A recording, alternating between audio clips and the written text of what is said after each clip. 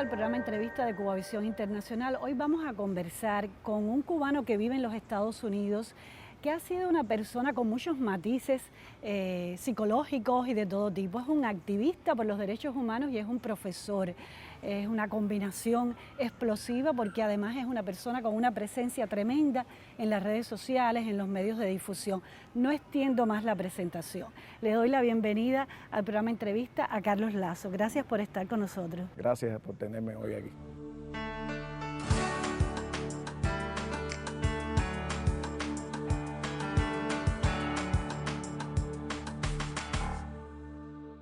Bueno, Carlos Lazo, muy seguido, muy admirado, pero también criticado, incluso vilipendiado, amenazado. Tu vida en los últimos años tiene como el precio de la fama, ¿no? Como Sí, los grandes artistas del mercado de la música y esas cosas. Es algo raro. Algo raro, pero bueno, es el precio que hay que pagar, el costo de, no creo solo de la fama, sino también de las posiciones que uno asume en la vida, que a veces van contra determinados intereses y lo que te cae arriba es tremendo.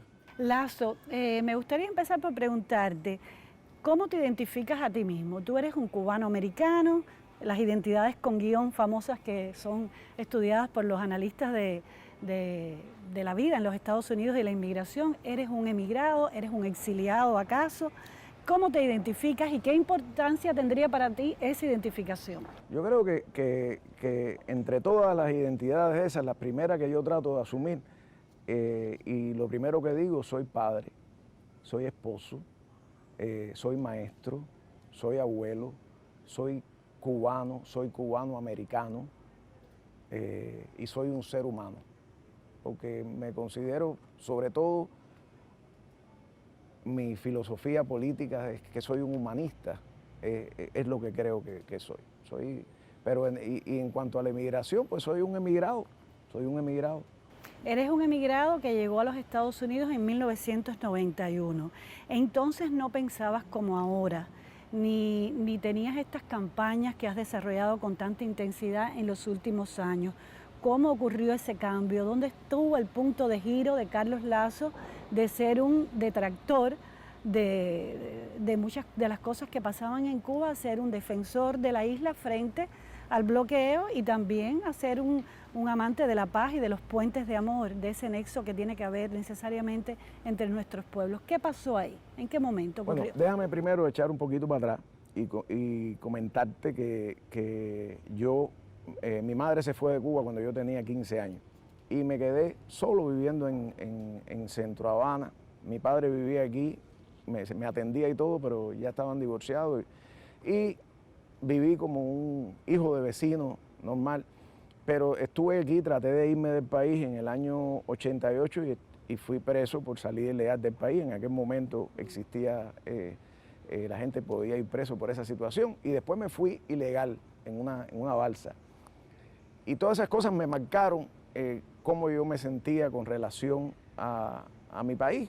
Y estaba amargado también por situaciones, porque había gente que me rechazaba. Pero te cuento lo de los vecinos porque también todas esas cosas me salvaron, en el sentido de que cuando yo estaba acá solo, mis vecinos eran mis padres, mi familia. Eran los que me daban un plato de arroz con frijoles, eran los que cuando había que darme un consejo me lo daban. ¿Y eran vecinos que pensaban de otra forma a la tuya en el término político? Sí, pero no, tú sabes que no. Eso sí, no creaba conflicto. Eso no creaba problema. De verdad, no había ningún problema que el vecino fuera del CDR o que fuera. En realidad no hablábamos de política. Ellos me veían como un hijo que había que ayudar y ya, como un hijo, ¿no? ¿Cuáles fueron tus razones para lanzarte al mar? Bueno, mi mamá estaba en los Estados Unidos y yo quería irme. Muchos cubanos, incluso hoy día, siempre, o muchas personas que viven en un país pobre y subdesarrollados sueñan con ir a un lugar donde puedan alcanzar el potencial y haya más desarrollo, más posibilidades y esa fue una de las primeras razones. Después, cuando caí preso y salí de la prisión, pues también me sentí rechazado, ¿no? Porque ya era un preso por salir ilegal del país y eso me puso más el deseo de irme. Cuando llegué a los Estados Unidos, recibí el bombardeo de toda esa información. ¿Llegaste a Miami? A Miami. Los medios de Miami, esa información, eso que de verdad es tremendo. Me acuerdo. Cuando lo miras desde el presente, ¿te ves como una víctima de ese bombardeo? Claro, y todos los hermanos que hoy día, o hermanas que están hablando con odio, por eso hablo con ellos como hermanos, porque son víctimas de ese medio. No hay forma de escapar de eso, a no ser que estés batallando constantemente por escapar. E incluso el que se da cuenta de que es un medio tóxico, evita opinar sobre eso porque hay mucha persecución también sobre cualquiera que piense que hay que levantar sanciones a Cuba. Solamente eso. Incluso si es una persona que se declara, tengo amigos que dicen, yo soy anticomunista, pero quiero que levanten el bloqueo. Pues a él lo acusan de comunista. Es decir, porque ese es el punto es como un esquema del que no hay que salir. Efectivamente. Por eso es que te vas de Miami. Y entonces, bueno, en Miami estoy ahí primero ¿cuál fue el punto de inflexión? Como tú me dices, mi padre en el año 93 visita los Estados Unidos. Y estábamos conversando y yo tenía mis posiciones, estaba amargado con esto y mi padre le digo a mi papá en un momento de discusión, le digo, sí, chico, que los bloqueen bien. Porque mi papá me estaba hablando del bloqueo y mi papá yo he hecho esta historia otras veces, me tomó la mano y me dijo, hijo, tú no eres así, no dejes que te conviertan en eso. Pero me lo dijo con una tristeza, mi padre había sido tan bueno conmigo y me había ido a ver cuando yo estaba preso en Cuba, me había ido a la escuela al campo, me enseñó a nadar. A pesar de que tengo entendido que era un comunista. Sí, mi papá era comunista de la vieja guardia del año 37, un tabaquero que sudaba, sudaba el capital, vaya, y Carlos Mari. Y entonces aquello que me dijo mi papá, yo estaba también muy molesto porque había ido a los Estados Unidos y no podía regresar a Cuba a ver a mi familia. No te dejaban entrar al país. El gobierno cubano en aquel momento no permitía que los balseros regresaran. Y aquello me tenía, coño, yo decía, si el gobierno cubano dice que nosotros somos emigrados económicos, la mayoría, como es la verdad, la mayoría de las personas creo que emigran por esa razón. ¿Por qué no podemos regresar? ¿Por qué no podemos regresar? Sin embargo, los que se fueron en el 60, que son los llamados exiliados, sí pueden regresar. Y entonces aquello me chocaba, ¿no? Y entonces mi papá regresa a Cuba y se enferma del corazón y esto. Y a mí me dan un permiso la Cruz Roja para regresar a Cuba en el 94 a ver a mi padre. Esos dos momentos fueron puntos de inflexión. Primero lo que me dijo mi padre, que me quedé así pensando y después en el 94 regresar a la patria, para mí fue el reencuentro, eso me salvó. Por eso abogo tanto siempre y cada vez que hablo con funcionarios cubanos, con el MINREX, hasta con el presidente de Cuba, con Díaz-Canel, siempre hablo de que se tiendan esos puentes, de que se haga todo lo posible por flexibilizar y por las medidas para que todos los cubanos que quieran regresar a la patria regresen, porque ese es el poder sanador que tiene la patria. Hablando de esos puentes, Lazo, disculpa que te interrumpa, conjunto a tu labor de profesor, tú llevas dos proyectos, como ya introduces el tema de los puentes, Fábrica de Sueños y Puentes de Amor. Muchas personas no entienden bien cómo surge esto, qué cosas son, cómo se cruzan y cómo funcionan en aras de este objetivo mayor que tienes tú. Sí, Fábrica de Sueños surge primero y es un proyecto más bien pedagógico, educativo, en que los estudiantes, surge en el año 2016, en que los estudiantes estábamos tomando una clase de español y estábamos hablando de José Martí y de los versos sencillos, y un estudiante, vamos a cantar esta canción, Cultivo una rosa blanca, y alguien dice, oye, si un día pudiéramos cantar esto delante de niños cubanos, y ahí, bueno, ustedes lo único que tienen que soñar, esto es una fábrica de sueños, ahí surge. Y entonces vamos a hacer un viaje, y empezamos a hacer el proyecto y en 2 meses estábamos en Cuba. Y empiezan estas cosas de los muchachos en la escuela, se enamoran de Cuba, se enamoran del viaje, se enamoran del pueblo cubano y regresamos y empezamos otra vez a preparar otro viaje y otro viaje. Bueno, hemos hecho de allá para acá 7 viajes con estudiantes. Y en uno de esos viajes terminamos cantando en el Carlos Mar con Buena Fe. Y esa era la fábrica de sueños. Y ahí mismo recuerdo que un estudiante dijo, porque lo que tenemos es que construir puentes de amor. Yo creo que esa fue la primera vez incluso que la frase la salió. frase así salió, y entonces empezamos con el proyecto, bueno, Puentes de Amor, viene Trump, vienen las medidas estas que pusieron contra Cuba, y lo primero que afectan es los viajes de los estudiantes. Y fue la primera vez que yo, porque hasta ese momento lo que hacía yo era cantar con los estudiantes, no hablaba mucho de nada de relaciones de los países, pero fue porque todo estaba bastante bien, todo iba de peor a mejor, cuando Obama. Y entonces ahí fue la primera vez que salieron, que incluso salieron los estudiantes míos hablando, protestando contra Trump por esas medidas, y ahí surge esta idea de luchar. De combatir el bloqueo, ajá, de esta forma. De esta forma y desde el amor, ¿no?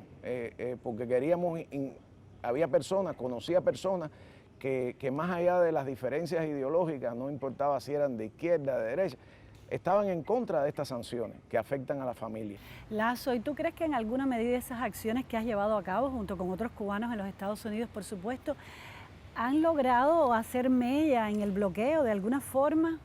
Mira, yo creo que quizás las modestas ayudas materiales que hemos logrado conseguir no ha sido una cosa extraordinaria. Sin embargo, donde yo creo que sí ha hecho mella es en las conciencias de las personas, en las conciencias de los cubanos americanos o de los cubanos emigrados que viven en otros países también. Es algo que se siente un movimiento que por muchísimos meses, más de 2 años, se ha mantenido en Miami un grupo de cubanos y no cubanos, de gente diversa que pese a todas las cosas en contra, batallan contra el bloqueo, que han llegado incluso y que están pidiendo cosas que poco a poco la administración ha cedido. Sin embargo, Lazo, aún así hay muchas personas, tanto dentro de Cuba como en los Estados Unidos, que siguen pensando que el bloqueo es una falacia, que es algo que el gobierno cubano se ha inventado durante todas estas décadas un poco para justificar nuestros errores, nuestros desaciertos o el mal funcionamiento de este sistema político. Tú seguro que has conversado con personas que piensan así. ¿En qué se basan? ¿Por qué siguen creyendo que el bloqueo no es real? Porque no es la causa fundamental. Primero que todo, yo sé que en este país, como en todos los países, hay problemas que no tienen que ver con cosas externas, cosas que hay que cambiar, modificar, modernizar. Pero yo estoy seguro, no me cabe duda porque he visto esto, ahí lo he palpado cuando he ido a comprar medicamentos para trasplantes, cosas así. Yo estoy seguro que un gran % de los problemas de este país, los problemas económicos, están dados por el bloqueo. Claro, cuando tú estás 60 años con la misma palabra, bloqueo, la gente a veces, yo mismo me recuerdo decir, sí, sígueme hablando del bloqueo, porque como no hay una salida, o como la salida se ve tan lejana, porque dice, bueno, ¿qué es lo que hay?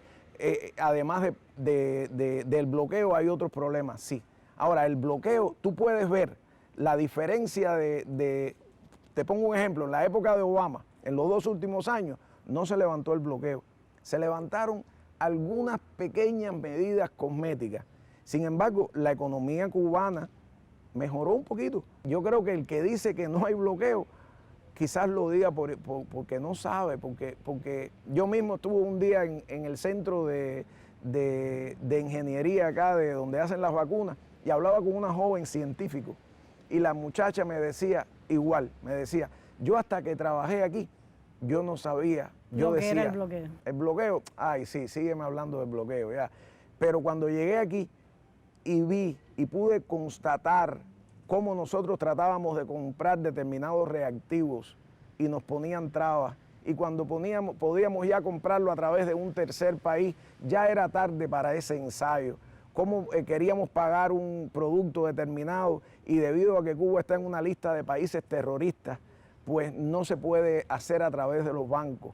Es decir, eso es una cosa que tiene un impacto tremendo. El bloqueo, como yo lo veo hoy, no solo castiga al pueblo cubano, el bloqueo está matando literalmente al pueblo cubano.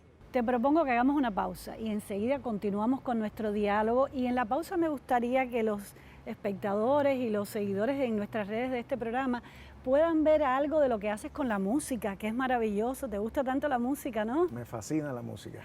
Con tus estudiantes en los Estados Unidos hay varios videos, clips, digamos, pero parecen profesionales, pero son de aficionados y son espontáneos. Uno con Cimafón, uno con Buena Fe. ¿Cuándo propones? Mira, todos me parecen buenísimos.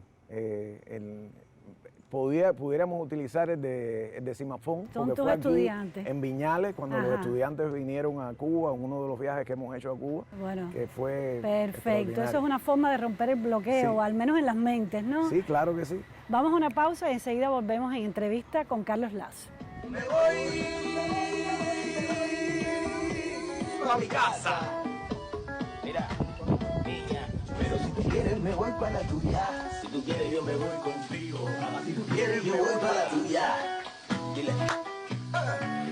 Ya se acabó la fiesta, en la calle no hay nada, pero tú estás pa' cosa y yo estoy pa' nada. Vamos a ponernos de acuerdo, no queremos. Yo puedo seguir pa' mi casa, o puedo coger la que tú quieras, es pa' yo saber que voy a hacer, bla bla bla, no tengo tiempo.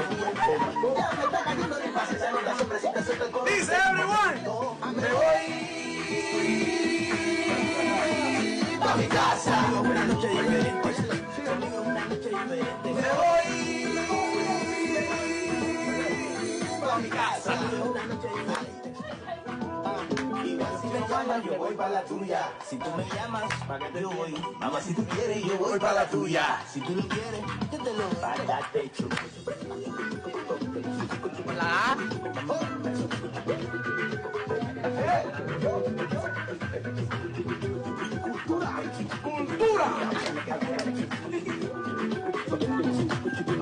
Mira, tremenda infladera la tuya. Si yo no te di la confianza, llegas haciéndote la pilla. Y cuando yo ataco te espanta, te da pa' comerte el desorden. Y tú estás en la bobería. Mira muchachita, responde que estoy pa' tu casa ahora mismo. Ay, ¿cuál es la guara? Si tú no haces nada. Y yo toco por hacerte un cuchi. Dale, la guara, pa' luego echar pa' atrás. Y yo toco por hacerte un cuchi. Ay, ¿cuál es la guara? Si tú no haces nada. Pa' que tú estás, pa' que tú estás. Calentando la guara. Te digo por eso, pues no estoy pa' nada. ¡Dice! Me voy a mi casa. Me voy a mi casa. Igual si me llamas yo voy pa' la tuya. Si tú me llamas, yo voy. Igual tú me llamas y voy pa' la tuya. Si tú lo quieres, yo te lo doy. Caminando. Mamá, ¿qué será lo que tiene el negro? Dame la comida, mamá. La comida. ¿Otra vez? Dame la comida, mamá.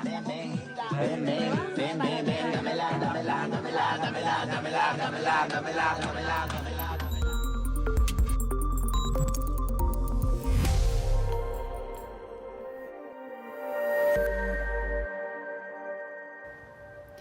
Continuamos hoy en entrevista conversando con Carlos Lazo, un profesor cubano que vive y trabaja en los Estados Unidos hace casi 3 décadas, que ha creado una familia allá, aunque también tuviste hijos aquí en Cuba que ahora viven contigo en los Estados Unidos. Y hemos hablado en los primeros minutos de cómo romper el bloqueo, qué ha hecho él para romper el bloqueo de los Estados Unidos a Cuba. En una ocasión leí esta frase: el verdadero sentir de la mayoría de los residentes en la Florida es construir puentes de amor con el pueblo cubano. Eso lo dijiste en algún momento. ¿No es demasiado categórico eso? Yo creo que la mayoría de los cubanos residentes en el exterior y de los cubanoamericanos quieren mejoría de relaciones. Quizás cuando tú le pones la pregunta, bloqueo o no bloqueo, la gente, como la ven de una manera política, apoyan eso. El liderazgo de la Casa Blanca es importante también. Cuando en la época de Obama el 60% de los cubanos, según esta encuesta de Florida International University, pedían el fin del bloqueo. Hoy es al revés. El 60 supuestamente está a favor del bloqueo. Sin embargo, cuando tú pones las preguntas, particularmente lo sacas de ese contexto semántico y le dices a las personas, ¿tú estás a favor de que hayan viajes a Cuba? La mayoría te dice que sí. ¿Tú estás a favor de que hayan remesas familiares? La mayoría te dice que sí. ¿Tú estás a favor de que los norteamericanos puedan viajar a Cuba? La mitad te dice que sí. ¿Tú estás a favor de que se establezcan políticas que vayan a favor del bienestar del pueblo cubano? Y la mayoría de la gente te dice que sí en esa misma encuesta. Y es la carga política que lleva aquello del bloqueo. Pero estoy seguro que la mayoría de las personas están a favor de que se levanten las sanciones que castigan al pueblo cubano, que para mí es el bloqueo. Lazo, yo sé que nos quedan pocos minutos, pero yo quería hablar contigo de tu vida personal, bueno, no tan íntima, pero de tu vida familiar, de ese hombre que emigró de Cuba a los Estados Unidos, que vivía en un pueblo de La Habana, que es Jaimanitas, que montaba bicicleta y que después entonces monta bicicleta en los Estados Unidos para protestar contra el bloqueo, pero además que va a estar 10 años en el ejército de Estados Unidos. Es algo que me cuesta un poco entender y quisiera que en pocas palabras me dijeras cómo es esa evolución en tu vida.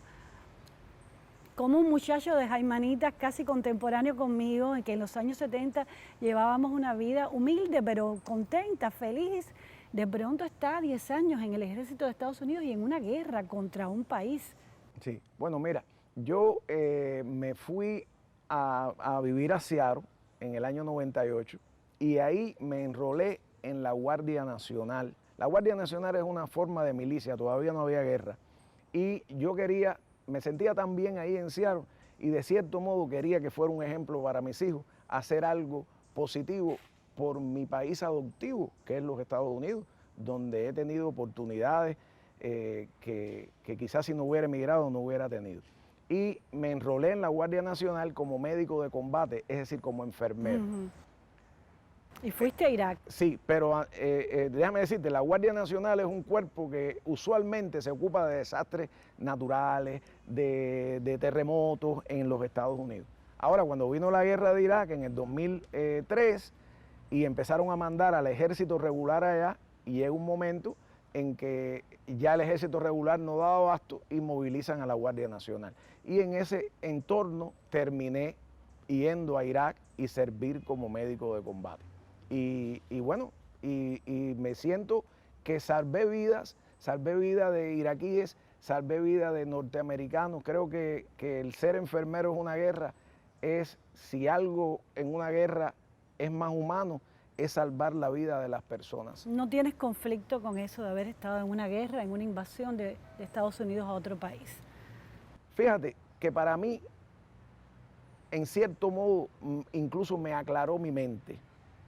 Yo pude ver lo que una invasión le hace a un país. Yo pude ver lo que la imposición de querer imponer una política a través de la fuerza le hace a un país. Y cuando yo salí de esa guerra, cuando yo vi lo que pasaba allí, cuando yo vi las bombas, cuando yo vi la destrucción, yo me juré que lucharía toda mi vida para que en mi país natal y mi país adoptivo nunca ocurriera un conflicto así. Cuando yo salí de allí, yo me hice el compromiso de luchar por la paz y qué mejor que luchar por la paz entre mi país, mi patria natal y mi país adoptivo. Creo que en ese sentido, en el plano personal incluso fue algo transformador. Así que no tengo... Y al regreso de la guerra es que estudias en la universidad. Si en Cuba no estudiaste en la universidad, te fuiste muy joven. Te hiciste profesor en los Estados Unidos, tienes una maestría, estás casi a punto de terminar un doctorado. Dime rápidamente por qué la pedagogía. Chica, mira, tengo una historia muy bonita de un maestro que me ayudó mucho. Yo vivía solo acá y estaba en el pre y todos los conflictos que tiene un adolescente. En Cuba. En Cuba. Y Rolando Ardiles todavía vive, es un hombre extraordinario y me ayudaba, me decía, no te amilanes siempre. Es decir, esa idea de Raúl Ferrer, de aquel poema de La Niña Mala, ¿no? Ese de ayudar al estudiante que parece en más problemas, que parece chiquito conflictivo. Y entonces, cuando llegué de los estados de la guerra, empecé a estudiar de cero. En Cuba lo que tenía era el preuniversitario. Y empecé a estudiar con la idea de estudiar estudios internacionales porque ya estaba envuelto un poco en esto de la lucha por la familia. Había tratado de venir a Cuba en el 2004 y el presidente Bush puso medidas que impedían los viajes de la familia por 3 años. Y yo desde que estaba en la guerra empecé a luchar en contra de eso. Testifiqué en el Senado de los Estados Unidos y decidí ir a la escuela y empecé a estudiar de cero. Entonces empezaste a qué edad estudiar, a los 40 A los 40 años, exactamente. Empecé a estudiar a los 40 años y llevo 17 años estudiando. Hice una licenciatura en estudios internacionales, de ahí mismo como el español se me da, es mi lengua madre y me gusta tanto la literatura, hice una licenciatura en literatura española y de ahí pues me quedé enseñando español en la Universidad de Washington, hice una maestría en estudios hispánicos y de ahí pues hice una maestría en pedagogía y en este momento pues estoy en los estudios finales ya, llevaba 4 años haciendo el doctorado en liderazgo de educación y lo que me falta es terminar la disertación. Ahora que hablas del doctorado en liderazgo, ¿acaso tú aspiras a convertirte en un líder aquí o allá? ¿Tienes alguna aspiración política o todo esto realmente lo haces por amor? Quizás no me vas a decir lo que está en tu mente, ¿no? Chica, yo aspiro a ser un mejor padre, un mejor maestro, un mejor hijo de los Estados Unidos y de Cuba. Un puente de amor entre las dos naciones. Empecé a estudiar el liderazgo en educación porque quería ser un mejor maestro, quiero ser un mejor maestro. Creo que alguien que quiera transformar el mundo, que un activista por la humanidad, el activista más importante o el que tiene mayor impacto es el que está en un aula, el que está enseñando a los estudiantes, a las nuevas generaciones. Lazo, tú has hablado mucho de la familia en estos minutos, pero yo me pregunto, ¿cómo afecta a tu familia este activismo tuyo? Porque sé que ha habido advertencias, amenazas, calumnias, tanto allá como aquí, personas que no te ven bien, personas que quizás piensen de esta forma como lo que te acabo de preguntar. ¿A qué aspira realmente Lazo? ¿Cómo sobrelleva eso tu familia? Es difícil, sobre todo, mira, yo no lo sobrellevo a mí no me cuesta tanto trabajo porque yo no oigo nada de lo que hablan de mí. Es decir, yo trato, siempre lo digo literalmente, yo voy para una fiesta de amor y esa fiesta de amor, ese guatey que allá está a la luz, es el día en que se levanten las sanciones injustas que castigan al pueblo cubano. Y entonces ese día, si estamos vivos todavía, ¿en qué trabajarás? Seguiré siendo maestro, seguiré trayendo, en vez de una vez al año estudiantes, pues muchos más estudiantes, muchos más norteamericanos, para que sigan enamorándose del pueblo cubano, para que sigan aprendiendo del pueblo cubano, de los jóvenes cubanos y al mismo tiempo transmitiéndoles sus valores de amor, porque al final somos la misma humanidad y tenemos tantas cosas en común. Cuando yo traigo estudiantes acá, tú puedes ver ese puente del futuro, tú puedes ver esos estudiantes que salen de aquí con el deseo de regresar, aprendiendo mucho y al mismo tiempo transmitiéndole sus valores de comunidad al pueblo cubano. Esa es la aspiración mía, eso es lo que sueño hacer. Bueno, muchas gracias Lazo por esta conversación. Qué difícil estar todo el tiempo en un fuego cruzado, ¿no? Pero bueno, yo te deseo éxitos, esperemos que podamos ver ese sueño tuyo cumplido. Hemos conversado estos minutos con Carlos Lazo, un profesor, un activista, como yo decía al inicio, por los derechos humanos y a favor de que se termine el bloqueo a Cuba. Gracias por haber estado aquí. Gracias a ti por permitirme la oportunidad y a todos los hermanos aquí del set. Gracias, muchas gracias. Bueno, nos vemos pronto en Entrevista por Cubavisión Internacional.